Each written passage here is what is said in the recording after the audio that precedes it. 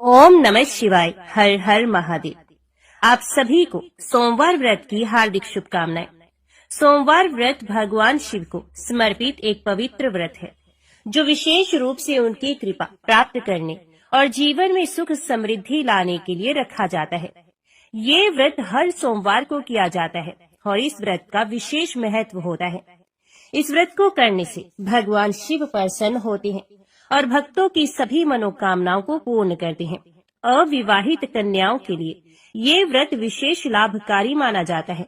इसे करने से योग्य वर की प्राप्ति होती है और वैवाहिक जीवन सुखद होता है। जो महिलाएं संतान प्राप्ति की इच्छा रखती हैं, उनके लिए यह व्रत बहुत फलदायी होता है। इस व्रत से आर्थिक तंगी दूर होती है और कर्ज से भी मुक्ति मिलती है। भगवान शिव को भोलेनाथ कहा जाता है। उनकी भक्ति से जीवन में शांति, स्वास्थ्य और सकारात्मक ऊर्जा प्राप्त होती है। सोमवार व्रत करने से जन्म जन्मांतर के पाप नष्ट होते हैं और व्यक्ति को मोक्ष की प्राप्ति होती है। यदि जीवन में कोई संकट या बाधा आ रही हो तो सोमवार व्रत करने से सभी समस्याएं समाप्त हो जाती हैं। इस व्रत को करने के लिए प्रातः स्नान कर स्वच्छ वस्त्र धारण करें और व्रत का संकल्प लें। घर या शिव मंदिर में जाकर भगवान शिव का जल, दूध, दही, शहद, बेलपत्र और गंगा जल से अभिषेक करें। ओम नमः शिवाय मंत्र का जाप करें और शिव चालीसा का पाठ करें। दिन भर फलाहार करें और निराहार व्रत भी रखा जाता है। शाम के समय फिर से भगवान शिव की पूजा करें और सोमवार व्रत कथा को पढ़ें अथवा सुनें। शिव आरती करें और प्रसाद वितरण करें।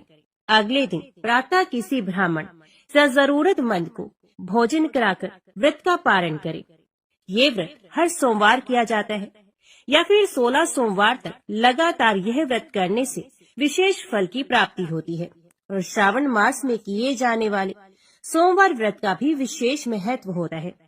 सोमवार व्रत भगवान शिव की कृपा पाने और जीवन में सुख समृद्धि लाने का एक उत्तम साधन है। जो भी श्रद्धालु इसे श्रद्धा और भक्ति के साथ करता है, उसे भगवान शिव का आशीर्वाद प्राप्त होता है और उसके जीवन की सभी परेशानियां दूर हो जाती हैं। अभी सुनिए सोमवार की पौराणिक व्रत कथा। आर्याव्रत में चित्रवर्मा नाम से प्रसिद्ध एक राजा थे। वे दुष्टों को दंड देने के लिए यमराज के समान समझे जाते थे। वे धर्म मर्यादाओं के रक्षक, कुमार्गामी पुरुषों को दंड देकर राह पर लाने वाले, समस्त यज्ञों का अनुष्ठान करने वाले और शरणार्थियों की रक्षा करने में समर्थ थे। भगवान शिव और विष्णु में उनकी बड़ी भक्ति थी। राजा चित्रवर्मा ने अनेक परम पराक्रमी पुत्रों को पाकर अंत में एक सुंदर मुख वाली कन्या प्राप्त की। एक दिन राजा ने जातक के लक्षण जानने वाले श्रेष्ठ ब्राह्मणों को बुलाकर कन्या की जन्म कुंडली के अनुसार भावी फल पूछे। तब उन ब्राह्मणों में से एक बहुज्ञ विद्वान ने कहा, महाराज, यह आपकी कन्या सीमंतनी नाम से प्रसिद्ध होगी। ये उमा भगवती माता की भांति मांगलमयी, दमयंती की भांति परम सुंदरी, सरस्वती के समान सब कलाओं को जानने वाली तथा लक्ष्मी की भांति अत्यंत सद्गुणों से सुशोभित होगी। ये 10,000 वर्षों तक अपने स्वामी के साथ आनंद भोगेगी और 8 पुत्रों को जन्म देकर उत्तम सुख का उपभोग करेगी। तत्पश्चात एक दूसरे ब्राह्मण ने कहा, यह कन्या 14वें वर्ष में विधवा हो जाएगी। ये वज्रघात के समान दारुण वचन सुनकर राजा 2 घड़ी तक चिंता में डूबे रहे। तदनंतर सब ब्राह्मणों को विदा करके राजा ने सब कुछ भाग्य के अनुसार ही होता है ऐसा समझकर चिंता छोड़ दी। सीमंतनी धीरे धीरे सयानी हुई। अपनी सखी के मुख से भावी वैधव्य की बात सुनकर उसे बड़ा खेद हुआ। तो उसने चिंता मगन होकर याज्ञवल्क्य मुनि की पत्नी मैत्रेयी जी से पूछा, माता जी, मैं आपके चरणों की शरण में आई हूँ। मुझे सौभाग्य बढ़ाने वाले सत्कर्म का उपदेश दीजिए। इस प्रकार शरण में आई हुई राज कन्या से पतिव्रता मैत्रेयी ने कहा, सुंदरी, तू शिव सहित पार्वती जी की शरण में जा और सोमवार को एकाग्रचित हो स्नान और उपवास पूर्वक स्वच्छ वस्त्र धारण करके शिव और पार्वती का पूजन कर। सोमवार के दिन शिव और पार्वती की आराधना करती है। इससे बड़ी भारी आपत्ति पड़ने पर भी तो उससे मुक्त हो जाएगी। घोर से घोर एवं भयंकर महाकलेश में पड़कर भी शिव पूजन ना छोड़ना, उसके प्रभाव से महान भय से पार हो जाओगी। इस प्रकार सीमंतिनी को आश्वासन देकर पतिव्रता मैत्रेयी आश्रम को चली गई। राजकुमारी ने उनके कथन अनुसार भगवान शिव का पूजन प्रारंभ किया। निषद देश में नल की पत्नी दमयंती के घर से इंद्रसेन नामक पुत्र हुआ था। राजा इंद्रसेन के पुत्र चंद्रागत हुए। नृपश्रेष्ठ चित्रवर्मा ने राजकुमार चंद्रागत को बुलाकर गुरुजनों की आज्ञा से उन्हीं के साथ अपनी पुत्री सीमंतिनी का विवाह कर दिया। उस विवाह में बड़ा उत्सव हुआ था। विवाह के पश्चात चंद्रागत कुछ काल तक ससुराल में ही रहे। एक दिन राजकुमार यमुना के पार जाने के लिए कुछ मित्रों के साथ नाव पर सवार हुए। भाग्यवश नाव यमुना के भंवर में मल्लाहों सहित डूब गई। यमुना के दोनों तटों पर बड़ा भारी हाहाकार मच गया। इस दुर्घटना को देखने वाले समस्त सैनिकों के विलाप से सारा आकाश मंडल गूंज उठा। डूबने वालों में से कुछ तो मर गए और कुछ द्राहों के पेट में चले गए तथा राजकुमार आदि कुछ लोग उस महाजाल में अदृश्य हो गए। ये समाचार सुनकर राजा चित्रवर्मा बड़े व्याकुल हुए और यमुना के किनारे आकर मूर्छित होकर गिर पड़े।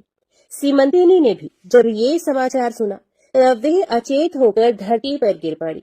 राजा इंद्रसेन भी अपने पुत्र के डूबने का समाचार पाकर रानियों सहित बहुत दुखी हुए और शुद्ध बुद्ध खोकर गिर पड़े। तदंतर बड़े बूढ़ों के समझाने पर राजा चित्रवर्मा धीरे धीरे नगर में आए और उन्होंने अपनी पुत्री को धीरज बंधाया। राजा चित्रवर्मा ने जल में डूबे हुए अपने दामाद का औधर देह कृत्य वहां आए हुए उनके बंधु बांधवों से करवाया। पतिव्रता सीमंतिनी ने चिता में बैठकर पतिलोक में जाने का विचार किया, किंतु उसके पिता ने स्नेहवश उसे रोक लिया। तब वे विधवा जीवन व्यतीत करने लगी। मुनि पत्नी मैत्रेयी ने जिस शुभ सोमवार व्रत का उपदेश दिया था उसे सदाचार परायणा सीमंतिनी ने विधवा होने पर भी नहीं छोड़ा। इस प्रकार 14वें वर्ष की आयु में अत्यंत दारुण दुख पाकर वे भगवान शिव के चरणार बिंदों का चिंतन करने लगी। शिव की आराधना करते करते उसके 3 वर्ष व्यतीत हो गए। उधर पुत्र शोक से उन्मत्त हुए राजा इंद्रसेन को बलपूर्वक दबाकर उनके भाइयों ने सारा राज्य छीन लिया और उन्हें पत्नी सहित पकड़कर कारागृह में डाल दिया।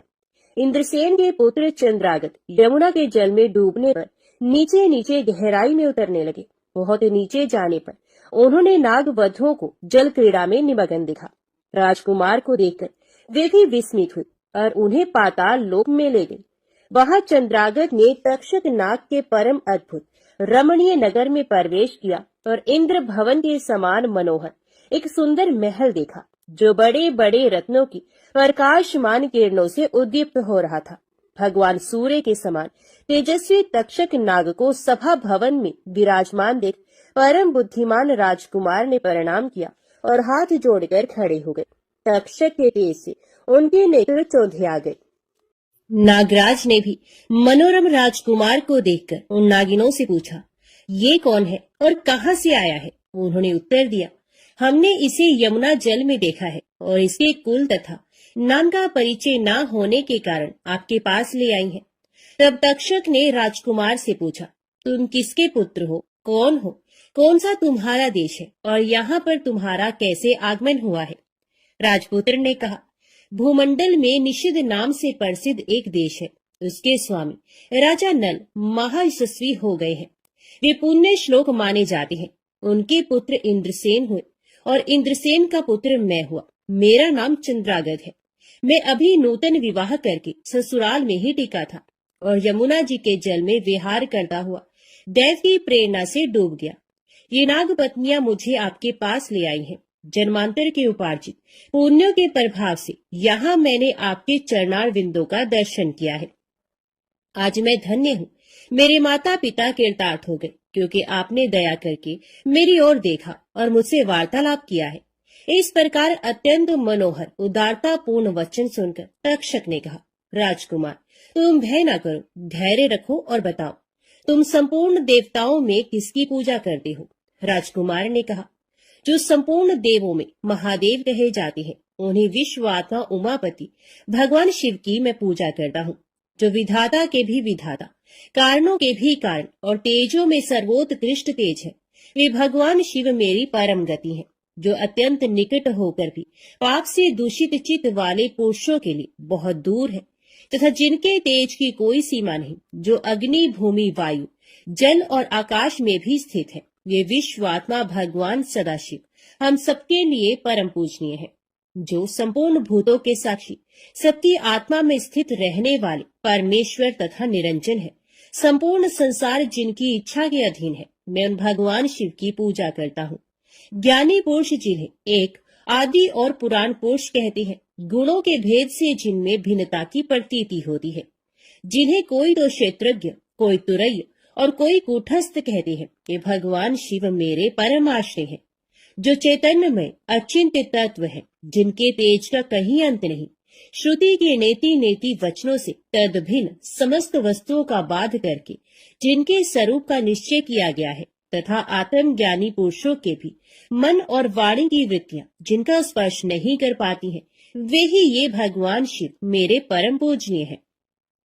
जिनका प्रसाद पाकर साधु पुरुष अत्यंत उज्जवल इंद्रपद की भी अभिलाषा नहीं रखते, तथा कर्मों की अर्गला और काल चक्र को लांघकर निर्भय होकर विचरते हैं, वे भगवान शिव मेरी परम गति है।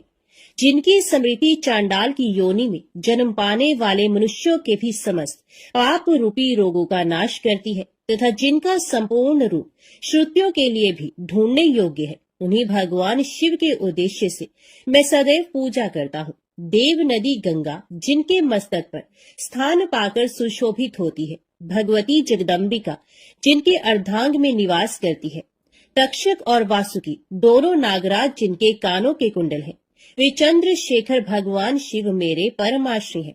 जिनके चरण कमल वेदों के शीर्ष स्थानीय उपनिषदों में गौरवान्वित होती है, वेदांत की श्रुति भी जिनके चरणार विंदों का गुणगान करती है, जिनका दिव्य स्वरूप सदा योगियों के हृदय में प्रकाशित होता है, तथा जिनकी सगुण मूर्ति संपूर्ण तत्वों का प्रकाश करने वाली है। गुणमयी सृष्टि पर विजय पाने वाले वे भगवान शंकर मेरे द्वारा पूजित होते हैं। राजकुमार की ये बात सुनकर तक्षक का चित्त प्रसन्न हो गया। उनके हृदय में महादेव जी के प्रति नूतन भक्ति भाव का उदय हो गया, और वे उनसे इस प्रकार बोले, राजेंद्र नंदन, तुम्हारा कल्याण हो। मैं तुम पर बहुत प्रसन्न हूँ, क्योंकि तुम बालक होकर भी सर्वोत्कृष्ट परात्पर शिव तत्व को जानते हो। देखो, ये रत्न में लोक है, ये मनोहर नेत्रों वाली युवतियां हैं, ये मनोवांछित कामना पूर्ण करने वाले कल्प वृक्ष है, तथा ये अमृत रूपी जल से भरी हुई बावलियां हैं। यहाँ मृत्यु का दारुण भय नहीं है, बुढ़ापा और रोग से यहाँ किसी को पीड़ा नहीं होती है। तुम इच्छानुसार यही रहो और यथा योग्य सुख भोगों का उपभोग करो। नागराज के ऐसा कहने पर राजकुमार हाथ जोड़कर बोले, नागराज, मैंने समय पर विवाह किया है। मेरी पत्नी उत्तम व्रत का पालन करने वाली और शिव पूजा परायणा है, और मैं अपने माता पिता का इकलौता पुत्र हूँ। वे सब लोग इस समय मुझे मरा हुआ मानकर महान शोक से घिर गए होंगे, अतः मुझे किसी प्रकार भी यहाँ अधिक समय तक नहीं ठहरना चाहिए। आप कृपा करके मुझे उसी मनुष्यलोक में पुनः पहुँचा दे। नागराज तक्षक ने कहा, राजकुमार, तुम जब जब मेरी याद करोगे तब तब तुम्हारे सामने प्रकट हो जाऊंगा। ऐसा कहकर उन्होंने राजकुमार को एक सुंदर अश्व भेंट किया, जो इच्छा के अनुसार चलने वाला था।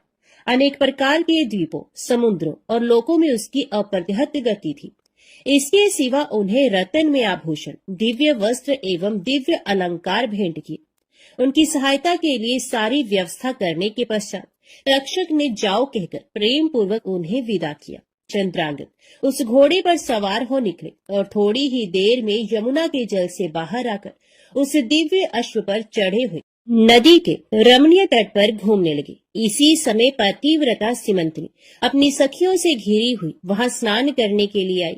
उसने यमुना के तट पर मनुष्य रूपधारी नाग कुमार के साथ भ्रमण करते हुए राजकुमार चंद्रांगद को देखा।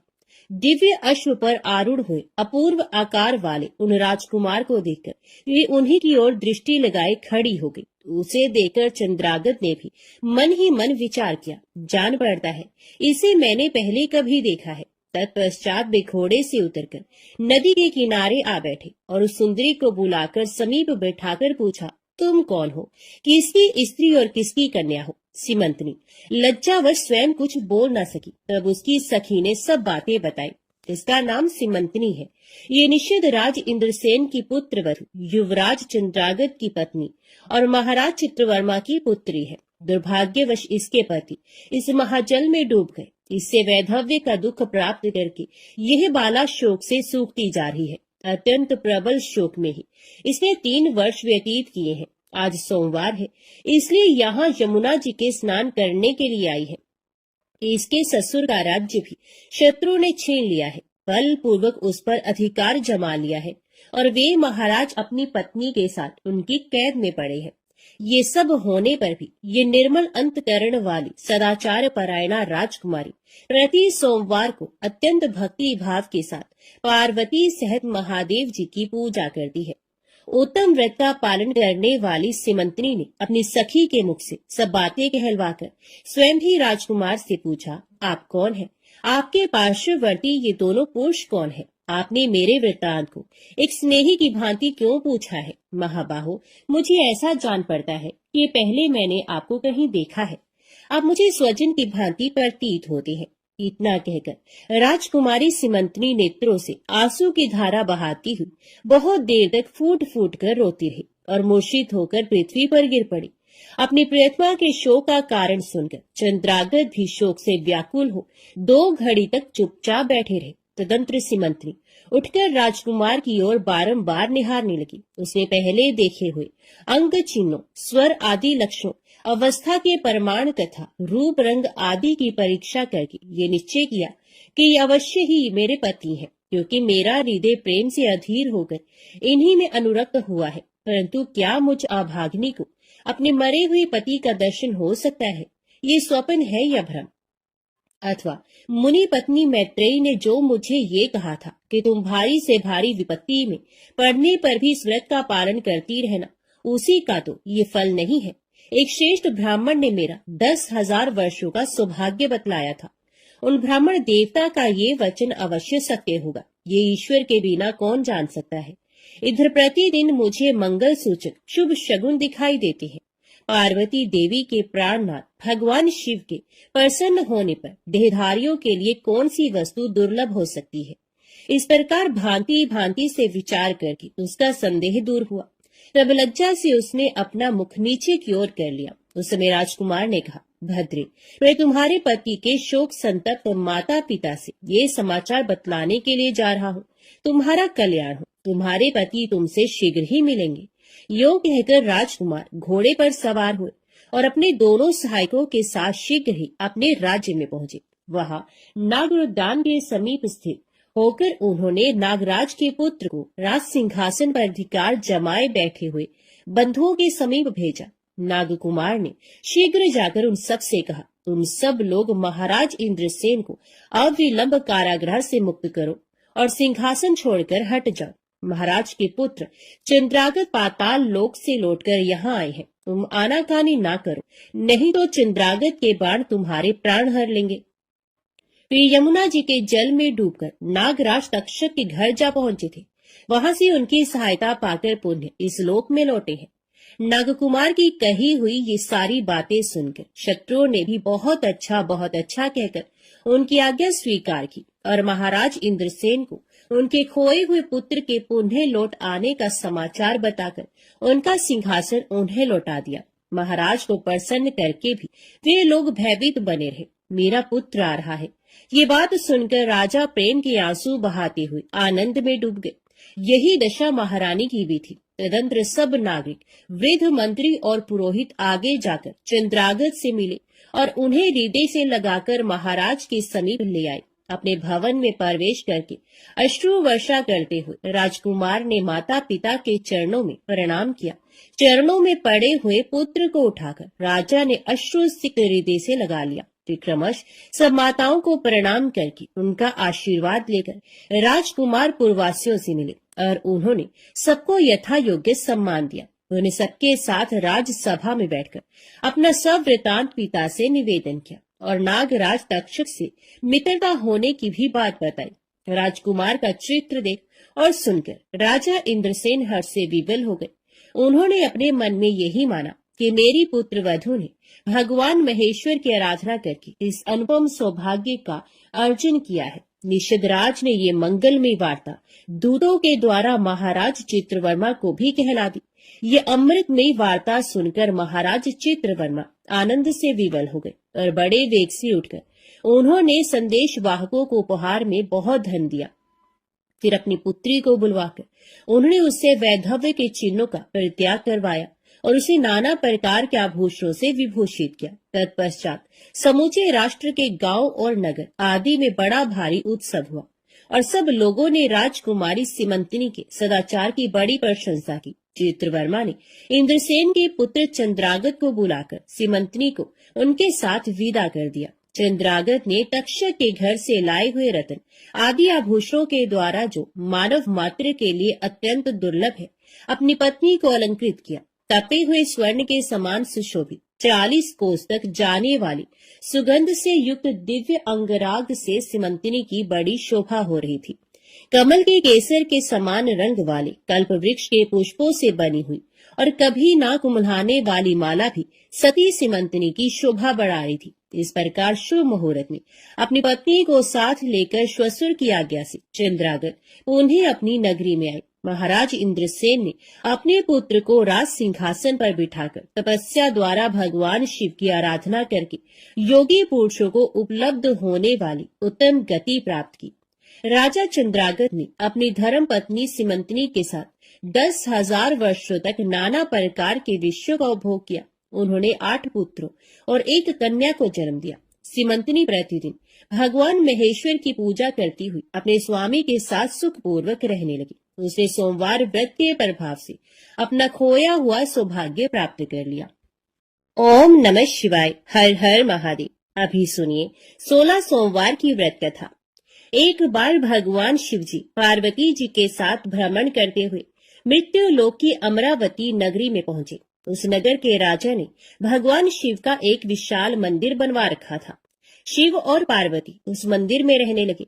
एक दिन पार्वती ने भगवान शिव से कहा कि हे प्राणनाथ, आज मेरी चौसर खेलने की इच्छा हो रही है।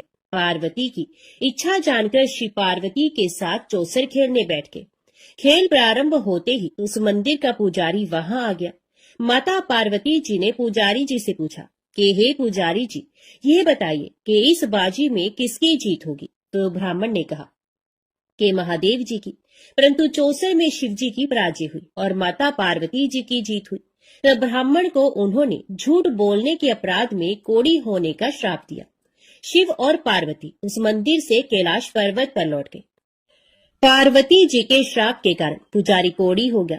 नगर के स्त्री पुरुष उस पुजारी की परछाई से भी दूर दूर रहने लगे। कुछ लोगों ने राजा से पुजारी के कोढ़ी हो जाने की शिकायत की, तो राजा ने किसी पाप के कारण पुजारी के कोढ़ी हो जाने का विचार कर उस मंदिर से निकलवा दिया।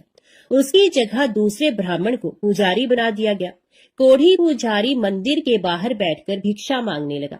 कई दिनों के पश्चात स्वर्गलोक की कुछ अप्सराएं उस मंदिर में पधारी और उसे देखकर अप्सराओं ने कारण पूछा। पुजारी ने उन्हें भगवान शिव और पार्वती जी के चौसर खेलने और पार्वती जी के शाप देने की सारी कहानी कह सुनाई। तब अप्सराओं ने पुजारी से 16 सोमवार का विधिवत व्रत रखने को कहा। पुजारी द्वारा पूजन विधि पूछने पर अप्सराओं ने कहा, सोमवार के दिन सूर्य उदय से पहले उठकर स्नान आदि से निवृत्त होकर स्वच्छ वस्त्र पहनकर आधा सेर गेहूं का आटा लेकर उसके 3 अंग बनाना, फिर घी का दीपक जलाकर गुड़ नैवेद्य बेलपत्र चंदन अक्षत फूल जनेऊ का जोड़ा लेकर प्रदोष काल में भगवान शिव की पूजा अर्चना करना।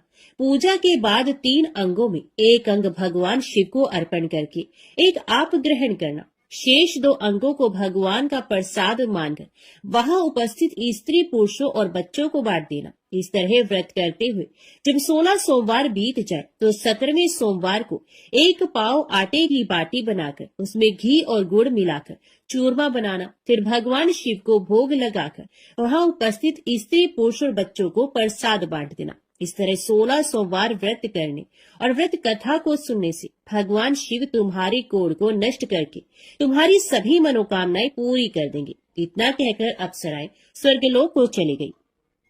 पुजारी ने अप्सराओं के कथन अनुसार 16 सोमवार का विधिवत व्रत किया। फलस्वरूप भगवान शिव की अनुकंपा से उसका कोढ़ नष्ट हो गया।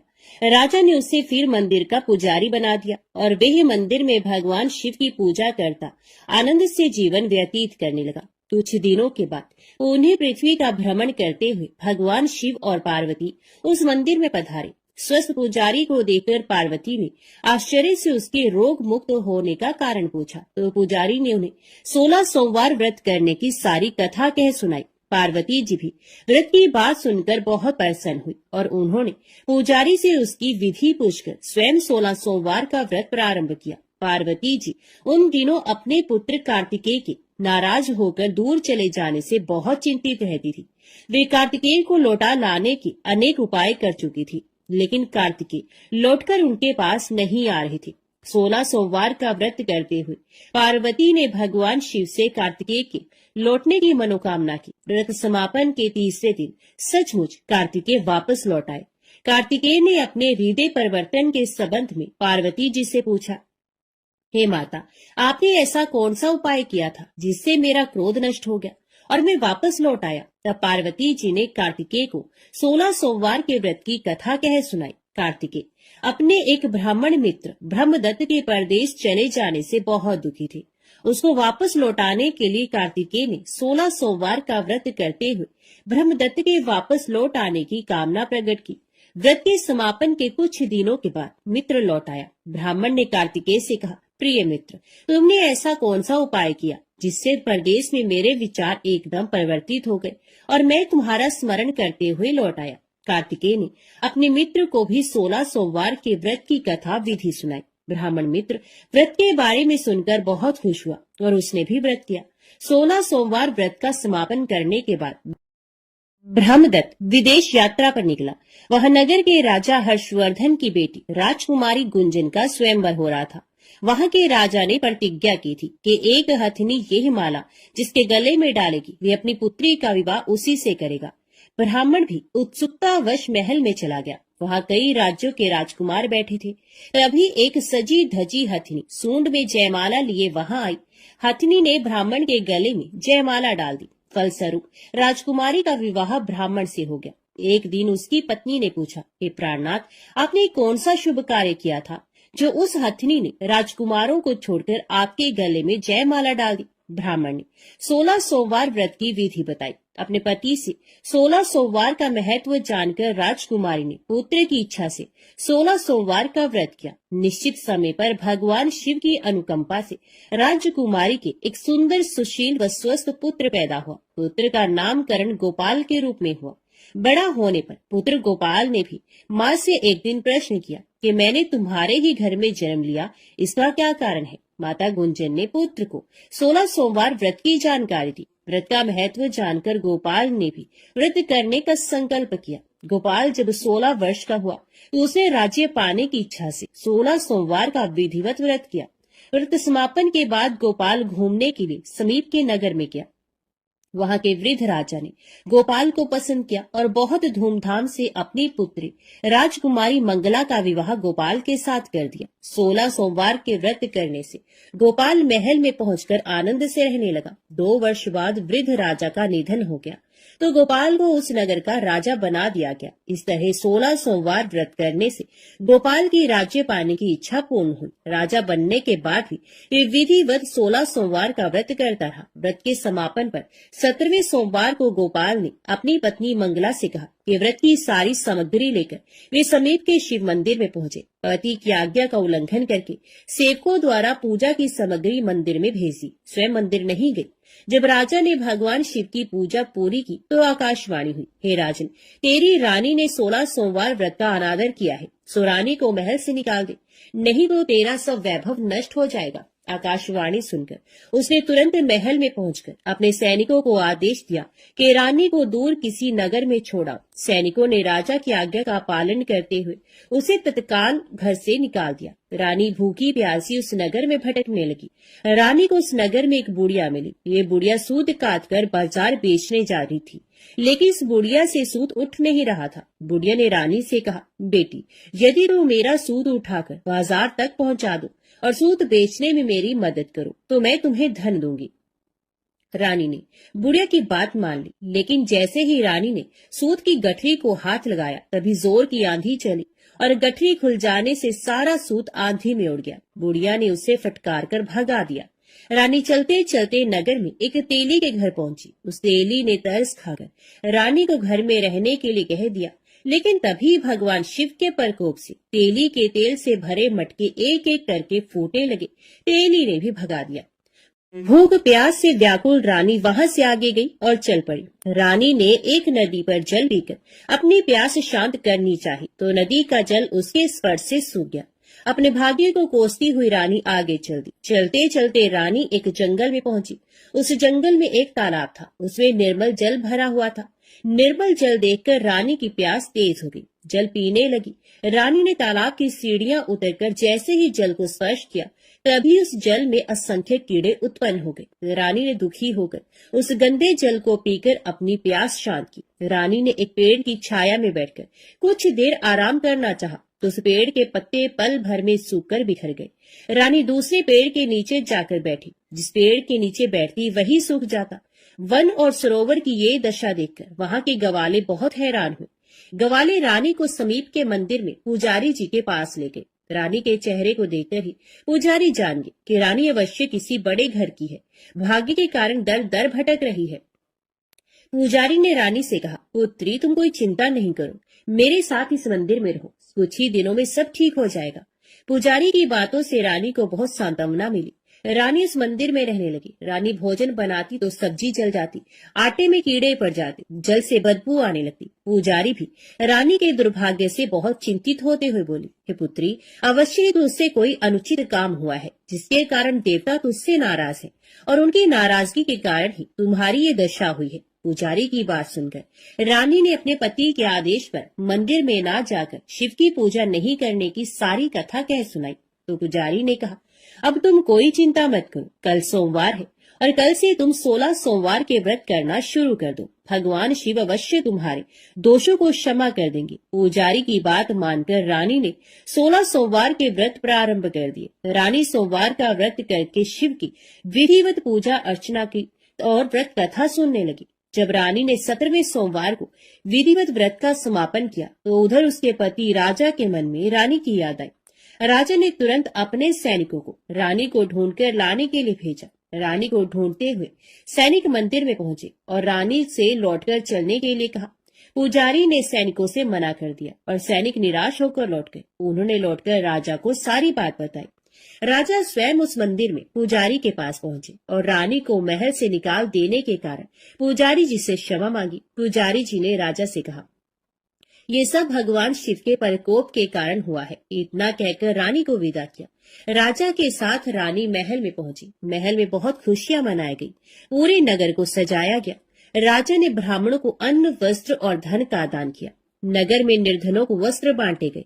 रानी 16 सोमवार का व्रत करते हुए महल में आनंद पूर्वक रहने लगी। भगवान शिव की अनुकंपा से उसके जीवन में सुख ही सुख भर गए। 16 सोमवार के व्रत करने और कथा सुनने से मनुष्य की सभी मनोकामनाएं पूर्ण होती हैं और जीवन में किसी तरह की कमी नहीं होती है। स्त्री पुरुष आनंद पूर्वक जीवन यापन करते हुए मोक्ष को प्राप्त होती है। ओम नमः शिवाय। हर हर महादेव। दक्षिण के किसी जंगली प्रदेश में रहने वाली एक शिकारी जाति का सरदार नाग था। उसका काम था हत्या करना। उसके बाणों की नोक में जहर लगा रहता था जो आग के समान जलता था। धनुष बाण चलाने में वे अत्यंत चतुर था। क्रोधोमद सिंह के समान वे बली था। उसकी पत्नी का नाम तत्ता था। वे भी सिंहनी के ही समान डरावनी थी। वे उजले शंखों और सिंह के दांतों की माला पहनती थी। बहुत दिनों के बाद उन्हें एक पुत्र उत्पन्न हुआ। उसका नाम तिन रखा गया। तिन का अर्थ भारी होता है। अपने लड़के को गोद में उठाने पर नाग को वे भारी लगा, इसलिए उसका नाम उसने तिन रख दिया। तिन 16 वर्ष की उम्र में ही धनुष बाण, भाला, तोमर और वीरों के योग्य दूसरे अस्त्र शस्त्र चलाने में बहुत निपुण हो गया। नाग को बुढ़ापा आता हुआ मालूम हुआ। उसने तिन को अपनी जाति का सरदार बना दिया। तिन नियम अनुसार पहल आखेट को निकला। बहुत से जानवर मारने के बाद उसने घने जंगल में एक सूअर का शिकार किया। वहीं उसके 2 नौकर नाण और काट उससे आ मिले। उन्होंने सूअर को उठा लिया और बढ़ चले। रास्ते में उनको जोरों की भूख लगी। तीन ने पूछा, यह मीठा पानी कहाँ मिलेगा, तुम्हें कुछ पता है? तो नाण बोला, उस विशाल शाल वृक्ष के उस पार एक पहाड़ी है और उसी के नीचे स्वर्णा नदी बहती है। तीन ने कहा, चलो तो वहीं चलते हैं। तीनों चल पड़े। वहां पहुंचने पर तीन ने पहाड़ी पर चढ़ने की इच्छा जताई। नाण ने भी जोर दिया, हाँ, ये पहाड़ बहुत ही रमणीक है। शिखर पर एक मंदिर है जिसमें भगवान जटाजूटधारी की मूर्ति है। आप उनकी पूजा कर सकते हैं। पहाड़ पर चढ़ते चढ़ते तीन की भूख प्यास गायब हो गई। उसे ऐसा मालूम होने लगा मानो सर पर से कोई भार उतरा जाता हो। उसे एक प्रकार का अनिर्वचनीय आनंद मिलने लगा। उसके भीतर कोई नई ही अभिलाषा उत्पन्न हो गई। वह बोला, नान, तुम ही ने तो कहा है कि ऊपर भगवान जटाजूटधारी का मंदिर है, चलो उनके दर्शन कराएं। वे शिखर पर चढ़कर मंदिर के सामने पहुंचे। देव प्रतिमा को देखते ही भावुक हृदय तीन ने लपक कर उसे प्रेम लिंगन में बांध लिया। उसके आनंद का पार नहीं रहा। उसकी आंखों से अजस्त्र अश्रुधारा बहने लगी। वे कहने लगा, प्यारे भगवान, क्या तुम यहाँ अकेले ही जंगल में जंगली जंतुओं के बीच में रहते हो? यहाँ तुम्हारा कोई मित्र नहीं है। भक्ति से उसका हृदय गदगद हो गया। उसकी इस समाधिस्थ अवस्था में धनुष सर्ग कर गिर गया। मूर्ति के सर पर कुछ हरे पत्ते, जंगली फूल और शीतल जल देखकर वे दुखी हो गया और कहने लगा, किस नराधम ने मेरे स्वामी के सर पर ये चीजें रखी हैं? नान ने जवाब दिया, आपके पूज्य पिता के साथ मैं यहाँ बहुत बार आया हूँ। हमने एक ब्राह्मण को ये करते देखा था। उसने देवता के सर पर ठंडा पानी डाल दिया और फूल पत्तियां रख दी। फिर वे खूब उसी तरह बड़बड़ाता रहा जैसे कि हम ढोल पीट पीट कर देवता के सामने किया करते हैं। उसने आज भी जरूर यही किया होगा। तीन को भी पूजा करने की बड़ी प्रबल इच्छा थी, किंतु ढंग नहीं मालूम होने से उसने सोचा कि मैं भी क्यों ना इसी तरह भूखे भगवान को मांस लाकर खिलाऊं। तीन मंदिर से रवाना हुआ, मगर तुरंत ही लौट आया। वे बार बार जाने की कोशिश करता था, किंतु इस नई निधि को छोड़ने की इच्छा न होने से लौट आता था। उसकी हालत उसी गाय जैसी हो गई जो अपने पहले बछड़े को नहीं छोड़ना चाहती। उसने सरलता से कहा, प्यारे मालिक, मैं जाकर तेरे लिए अपने हाथों मांस पकाकर लाऊंगा। तुझे यूं अकेला और असहाय छोड़ने को जी नहीं चाहता, किंतु तुझे भूख लग रही है और जाकर तेरे खाने के लिए कुछ लाना ही होगा। आंखों में आंसू भरे आते हैं। यो वे जंगली शिकारी मंदिर से चला। नान उसके पीछे पीछे चला। पहाड़ी के नीचे आने पर उसने दूसरे नौकर को सारी कथा कह सुनाई। ये भी कहा कि मालिक ने मूर्ति का आलिंगन किया था, उसे देर तक नहीं छोड़ा और अब देवता के लिए पका हुआ मांस ले जाने को आए हैं। नौकर रोने लगे, हमारा तो सर्वनाश हो गया, सरदार पागल हो गया। तीन ने उनके रोने की जरा भी परवाह न की। उसने पकाया, फिर उसे चक्कर देखा कि ठीक ठीक पका तो है, स्वाद ठीक है, और संतोष हो जाने पर पहाड़ पर ले जाने के लिए उसे शाल के पत्ते में लपेट कर रख लिया। नौकरों ने मन ही मन कहा, पगला कर क्या रहा है? पका हुआ मांस मुंह में डालकर चखता है और इतना भूखा होने पर भी उसे बिना खाए ही पत्ते पर रख देता है। अपनी भूख प्यास की तो कोई बात ही नहीं करता, हमें भी मांस देने का नाम नहीं लेता। अपने देवता के लिए थोड़ा सा चुनकर बाकी फेंक देता है। इसका सर फर गया है, अब अच्छा नहीं हो सकता। खैर चलो, इसके बाप से ये बात कह देती है। दोनों नौकर उसे छोड़कर चले गए। तीन ने ना तो उनकी बात सुनी और ना उनका जाना ही उसे मालूम हुआ। वे तो अपने ही काम में मगन था। अभिषेक के लिए उसने अपने मुंह में ताजा पानी भर लिया, क्योंकि उसके पास कोई बर्तन नहीं था। चढ़ाने के लिए अपने बालों में उसने कुछ जंगली सुगंधित फूल खोस लिए। एक हाथ में उसने मांस लिया और दूसरे में आत्म रक्षा के लिए तीर, धनुष, और वे दोपहर की कड़कड़ाती धूप में पहाड़ पर चढ़कर जाने लगा। ये सोचकर कि देवता भूखे होंगे, वे और भी तेजी से चलने लगा। शिखर पर पहुंचने के बाद वे मंदिर में जूता पहने ही दौड़कर घुस गया। देवता के सर पर से पुराने फूल उसने बड़े स्नेह के साथ पैरों से हटाए। अभिषेक के लिए ऊपर से कुल्ला कर दिया और देवता के आगे मांस रखकर अपनी साधारण बोली में खाने का आग्रह करने लगा। अंधेरा हो गया। टिन ने सोचा, ये समय तो जंगली जानवरों के घूमने का है, देवता को यहाँ अकेला छोड़कर मैं नहीं जा सकता। उसने हाथ में धनुष बाण लेकर रात भर पहरा दिया। सवेरा होने पर जब चिड़िया चहचहाने लगी तब वे देवता के आगे प्रणिपात और प्रार्थना करके ताजा मांस लाने के लिए चला गया। वे ब्राह्मण पुजारी जो पूजा किया करता था नियम अनुसार प्रातः काल आया। मंदिर में जूतों और कुत्ते के पैरों की छाप देखकर तथा चारों ओर हाड़ मांस छितराया हुआ देखकर वे बहुत ही घबराया। विलाप करने लगा, हाय भगवान, अब मैं क्या करूं? किसी जंगली शिकारी ने मंदिर भ्रष्ट कर दिया है। लाचार उसने झाड़ बुहार कर साफ किया। मांस के टुकड़े कहीं पैरों से छू ना जाए, इसलिए उसे बड़ी कठिनता से इधर उधर चलना पड़ता था। फिर भी नदी में से स्नान करके आया और मंदिर की संपूर्ण शुद्धि की। आंखों में आंसू भरकर देवता के आगे प्रणिपात करने लगा। फिर उठकर उसने वेद ऋचाओं से परम पुरुष परमात्मा की स्तुति की। पूजा समाप्त करके वे अपने तपोवन को लौट गया। टिन ने कई जानवर मारे और पिछले दिन के समान चुनकर मांस पकाया और चख चख कर अच्छे अच्छे टुकड़े अलग रख दिए। उसने कई अच्छे ताजे मधु के छत्ते इकट्ठे किए, उनका मधु मांस में निचोड़ा। फिर वे मुंह में पानी भरकर बालों में फूल खोसकर एक हाथ में मांस लिए हुए और दूसरे में धनुष बाण लेकर पहाड़ पर चढ़ा। ज्यों-ज्यों मंदिर निकट आता जाता था उसकी आतुरता भी बढ़ती जाती थी।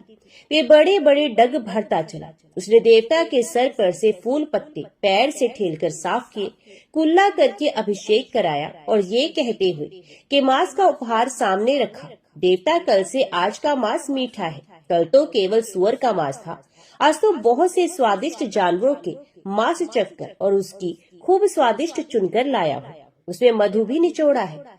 इस तरह टिन के 5 दिन भर शिकार करके देवता के लिए मांस इकट्ठा करने और रात भर पहरा देने में बीते। उसे आप खाने पीने की सुध ही न रही। टिन के चले जाने के बाद प्रतिदिन ब्राह्मण पंडित आते और रात के इस भ्रष्टाचार पर विलाप करते। मंदिर धोकर साफ करते, नदी स्नान करके शुद्धि करते और पूजा पाठ करके अपने स्थान पर लौट जाते। जब इतने दिनों तक टिन नहीं लौटा तब उसके सभी संबंधी और माता पिता निराश हो गए। ब्राह्मण पुजारी रोज ही हार्दिक प्रार्थना करते, हे प्रभु मेरे पाप क्षमा करो, ऐसा भ्रष्टाचार रोको। एक रात स्वप्न में परमेश्वर उनके सामने आकर बोले, मित्र तुम मेरे इस प्रिय शिकारी भक्त को नहीं जानते। ये मत समझो कि वे निरा शिकारी ही है, वे तो बिल्कुल ही प्रेम में है। वे मेरे सिवा और कुछ जानता ही नहीं। वे जो कुछ करता है मुझको प्रसन्न करने के लिए करता है। जब वह अपने जूते की नोक से मेरे सर पर से सूखे फूल हटाता है तब उसका स्पर्श मुझे प्रिय पुत्र कुमार देव के आलिंगन से भी अधिक प्रिय लगता है। जब मुझ पर वे प्रेम और भक्ति से कुल्ला करता है तब वे कुल्ले का ही पानी मुझे गंगा जल से भी अधिक पवित्र जान पड़ता है। वे अनपढ़ मूर्ख सच्चे स्वाभाविक प्रेम और भक्ति से जो फूल और बालों में से निकाल कर मुझ पर चढ़ाता है वे मुझे स्वर्ग में देवताओं के भी चढ़ाए फूलों से अधिक प्रिय लगते हैं। और अपनी मातृभाषा में वे आनंद और भक्ति से भरकर जो थोड़े से शब्द कहकर मेरे सिवा सारी दुनिया का भान भूलकर मुझे प्रसाद पाने को कहता है, वे शब्द मेरे कानों में ऋषि मुनियों के वेद पाठ से कहीं अधिक मीठे लगते हैं। यदि उसकी भक्ति का महत्व देखना हो तो कल आकर मेरे पीछे खड़े हो जाना। इस आदेश के बाद पुजारी को रात भर नींद नहीं आई। प्रातः काल वे नियम अनुसार मंदिर में पहुंचा और पूजा पाठ समाप्त करके मूर्ति के पीछे जाकर छिप गया। दिन की पूजा का वे 6ठा दिन था और दिनों से आज उसे कुछ देर हो गई थी, इसलिए वे पैर बढ़ाता आया। रास्ते में उसे अपशगुन हुए। वे सोचने लगा, कहीं खून गिरना चाहिए, कहीं देवता को कुछ हुआ तो नहीं, इसलिए वह दौड़ा।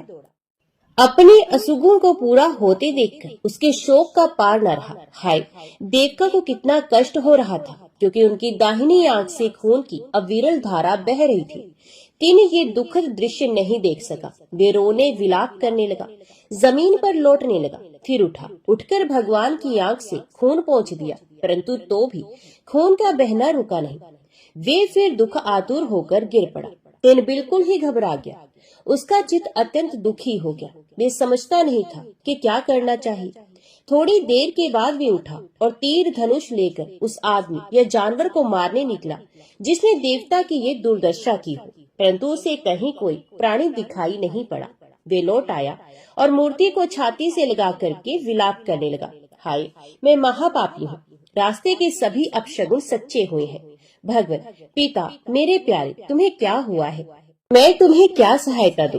तब उसे कुछ जड़ी बूटियों की याद आई जिन्हें उसके जाति के लोग घावों पर लगाते थे। वे दौड़ा और जब लौटा तो जड़ी बूटियों का एक गट्ठर लेकर उन्हें उसने देवता की आंख में एक एक करके निचोड़ दिया, पर इससे कुछ भी लाभ नहीं हुआ। उस समय उसे शिकारियों की कहावत याद आई कि मांस मांस ही अच्छा होता है। ये ख्याल आते ही उसके मन में आनंद की नई ही उमंग खेलने लगी। उसने देर न की, एक तेज बाण की नोक से अपनी दाहिनी आंख निकाल डाली और भगवान की आंख पर धीरे से धरकर उसे दबाया, और आश्चर्य कि इससे तुरंत खून का बहना बंद हो गया। वे आनंद से नाच उठा, ताल ठोक ठोक कर आनंद में ही नाचने लगा।